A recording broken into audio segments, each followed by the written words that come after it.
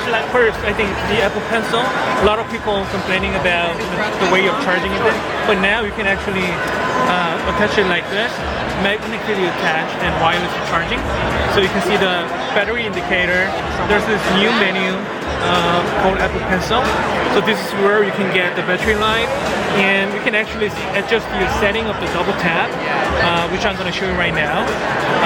So if you go into, for example, like Notes app, you can immediately start drawing something, but when you tap the double tap, it changes to eraser tool. You can do it, but then double tap it again, back to the drawing mode.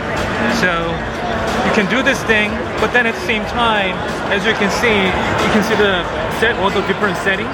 It's not just the eraser. You can actually change the behavior of double tapping like this. But then third-party apps like Procreate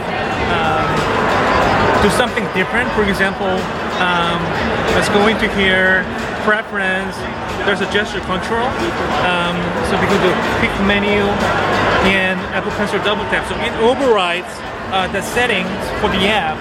For example, on this drawing mode, if you double tap, as you can see, there's a contextual menu pops up, but then you don't need to go into this menu. Just tap the new layer, but then draw things, right? But if you don't like it, tap it again, clear the layer, and then start over again. So there's a whole bunch of different options you can actually setting, so different by apps. So this is really, really good for the Apple Pencil users. But then A12 Bionic is really, really cool. So for example, like this is a new Pixelmator photo app. So it has machine learning fixed mode, which is a little bit different than just auto enhancing, because the app has a really great neural network engine. It's a study with the training of 20 million different image pairs. So they know how the artist change bad photo to a good photo. So they train that and make this feature with this cone. So you don't need to worry about it, just ML fix. But then this is how a lot of artists actually retouch this kind of photo. So if you don't like it, you can actually go into the different settings, you can change it. But not just this color adjustment. If you go into the crop mode, there's emerald crop. So there's a lot of different artists just cropping different way, right? To do emerald crop. Sometimes you are really hard to figure it out which is the best one, but you can just kind of test it out, the idea of how machine learning decide to crop it or adjust the color temperature and all that. So this is one of the great ways of A1210 Bionics utilizing machine learning to enhance this kind of photograph. But of course, Lightroom CC is available for the iPad. Right now, it doesn't have any photos imported, right? So as you can see on a side table, there's a DSLR camera, so you can actually hook it up. Okay. You can actually import it, but I do have imported photo here. Go into the photo menu. There's a new import tab. So these are the raw images. I would like to import it. Of course, I can select them manually, but now I have sheer shortcuts, so I can create. For example, go to the Photos app, get the last import, but then when you import to the Lightroom, I can change the settings a little bit. So this kind of batch process, I can run it on. So if I want to run that, boom, that's it, right? Go to the Lightroom now, and now you're gonna see the just imported photo on here.